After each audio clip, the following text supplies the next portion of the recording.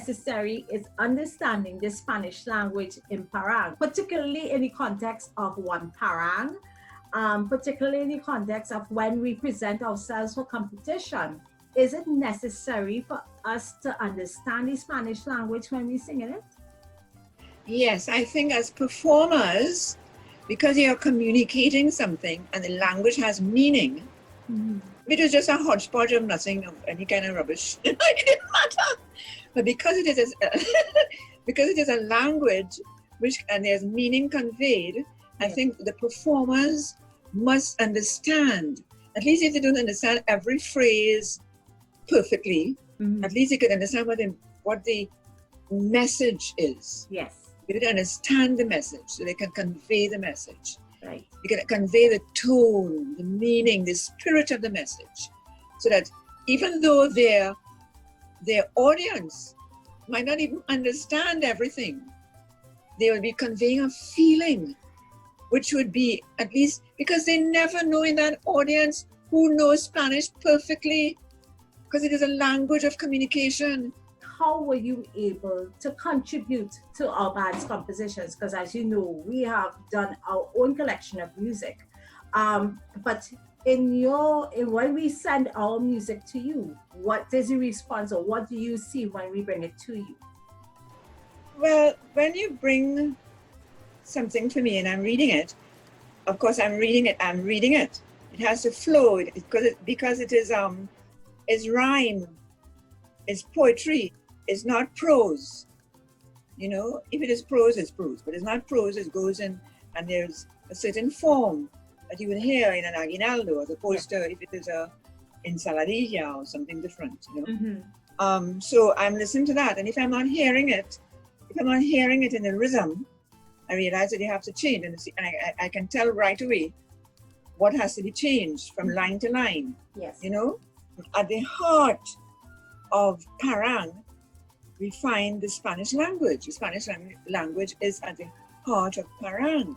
It is not something that was taken from some other country and brought here to Trinidad for present day Parranderos to say, okay, we are adopting this. It is something which was spawned here and grew up here and is part of our Trinidad, I would say Trinidad specifically, Trinidad heritage. It is part of us. So you want to make sure, because I did my research with the speakers of Spanish who sang. They were speaking and singing. So the music is the speaking of the language as well as the singing of the language. So singing has given rise to what we know today as Parang. But the speaking has disappeared. Yes. People don't speak Spanish as happened before, from generation to generation being passed on. But the music and the songs have passed on from generation to generation. So we want to make sure that singing remains authentic and not something that is sort of taken from elsewhere and just added on to us. Something so we don't want to hear the language as something strange Spanish. There was a Venezuelan ambassador to Trinidad, Abelkader Marquez. He was ambassador in the 80s, and he referred to the Spanish that he heard in the Parang as Parang Spanish. It was Parang Spanish because it was not Spanish.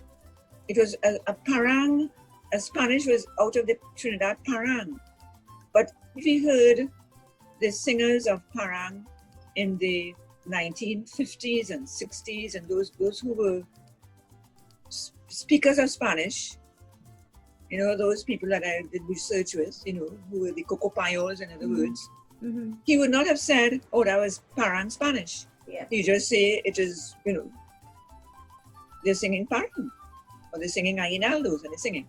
So, in other words, the example you gave before, which was a small example of saying like todo as opposed to todo, would be what he would call the Parang Spanish. But apart from that, there are also phrases, complete phrases which were heard and which were not understood by the speaker of Spanish because they say, oh, what's that? I don't understand that. That's something strange.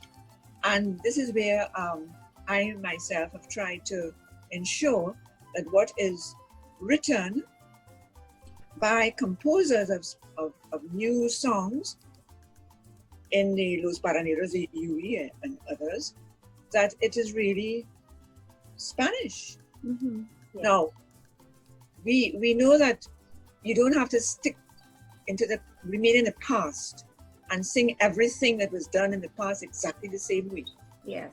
You would have a different interpretation of it, etc.